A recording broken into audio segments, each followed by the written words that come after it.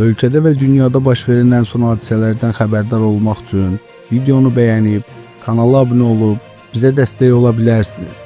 İndi isə keçək xəbərə. Türkiyə təyyarəsinin qəzaya uğramasından sonra həmin ərazidə kritik əhəmiyyət daşıyan qara qutu tapılıb. Bu qutuda təyyarə daxili rabitə danışıqları və sistem qeydləri saxlanılır. Səyyar TV Global Infoya istinadən xəbər verir ki, bu barədə Türkiyənin Haberler nəşri məlumat yayıb. Qəzet bildirir ki, Hava Qüvvələrinin Nəzarət İdarəsinin rəhbəri General Yaşar Kadıoğlu'nun başçılıq etdiyi araşdırma qrupu Gürcüstana gedərək ərazidə işlərə başlayıb. İlkin hesabatlara görə qəza zamanı əvvəlcə təyyarənin quyruq hissəsi qopub. Hazırda bunun səbəbləri araşdırılır. Araşdırmanın bu mərhələsində əsas diqqət təyyarədə texniki nasazlığın olub-olmamasına yönəlib. Qəza ilə bağlı videolarda təyyarənin ön və quyruq hissələrinin tamamilə qopduğu görünür. Bir videoda təyyarə yerə düşməzdən əvvəl böyük bir hissənin havada ayrıldığı və yerə endiyi müşahidə olunur. Bu hissənin quyruq və ya yük bölməsinə aid olması ehtimal edilir. Başqa bir videoda isə quyruq hissəsi əsas gövdədən ayrı şəkildə yerə düşür. Quyruq gövdədən xeyli aralıda tapılıb. Qəzadan dərhal sonra çəkildiyi ehtimal olunan fotolarda da quyruq hissəsinin başqa yerdə, əsas gövdənin isə tamamilə yandığı görünür. Mütəxəssislər bildirirlər ki, qəzanı əks etdirən video hadisənin yalnız bir hissəsini göstərir və prosesin başlanğıcına dair görüntü yoxdur.